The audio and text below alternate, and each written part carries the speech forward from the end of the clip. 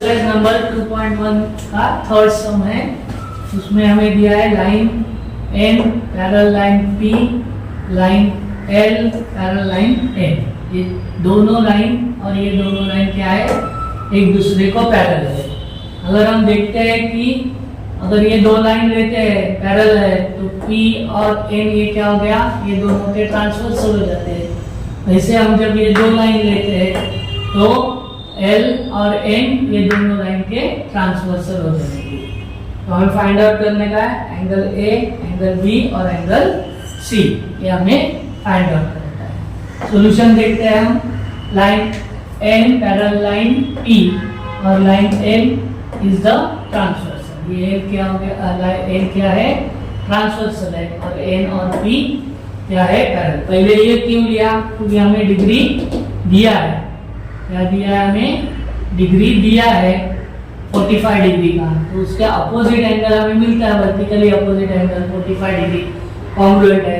यहाँ पे हमने नाम दिया है D और E, क्योंकि वो दिया नहीं था इसलिए हमने D और E यहाँ पे एंगल का नाम दिया है।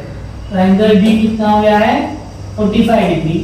एंगल D और E क्या है, वर्टिकली अपोजिट एंगल, और वर्टिकली अपोजिट एंगल कैसे रहते हैं, कॉन्ग्रुएंट रहते हैं, इसलिए एंगल E कितना हो जाएगा, 45 डिग्री का हो जाएगा। अभी हमें एंगल E मिल गया 45 डिग्री का।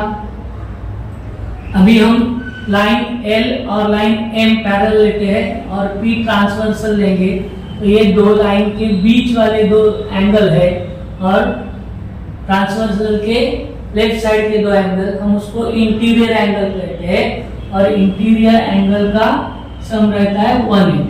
तो हम क्या करेंगे, line L parallel line N और P ट्रांसवर्सल, P क्या है, ट्रांसवर्सल, इसलिए क्या होगा, angle A plus angle E is equal to 180 degree.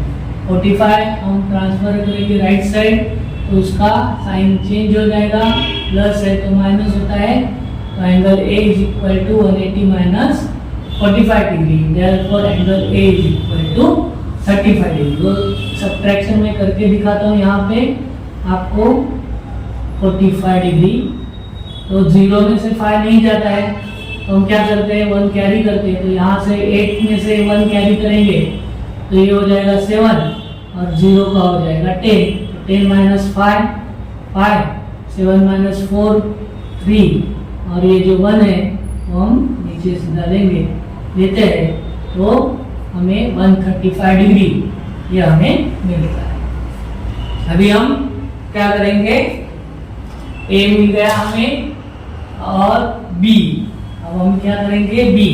अभी हम देखते हैं तो ये दो लाइन है वो एक दूसरे को इंटरसेक्ट करती है, तो A और B ये भी क्या हो गए, वर्टिकली अपोजिट एंगल, और वर्टिकली अपोजिट एंगल कैसे रहते हैं, कॉन्ग्रुएंट रहते हैं।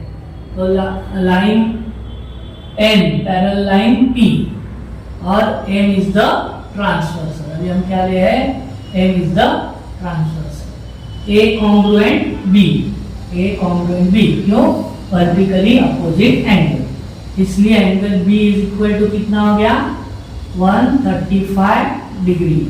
एंगल B कितना हो गया, 135 डिग्री। अभी हम C निकालेंगे, तो ये दो लाइन पैरेलल है और इसको M ने क्या किया है, इंटरसेक्ट किया, अलग अलग, मीन्स M ट्रांसवर्सल है, तो ये C और B, अगर हम नंबर देते हैं 1 2 3 4 5 6 7 8, तो 4 और 8 ये क्या है, 4 और 8 करस्पॉन्डिंग एंगल्स है, तो करस्पॉन्डिंग एंगल कॉन्ग्रुएंट रहते हैं, तो angle B congruent angle C, therefore angle C is equal to 130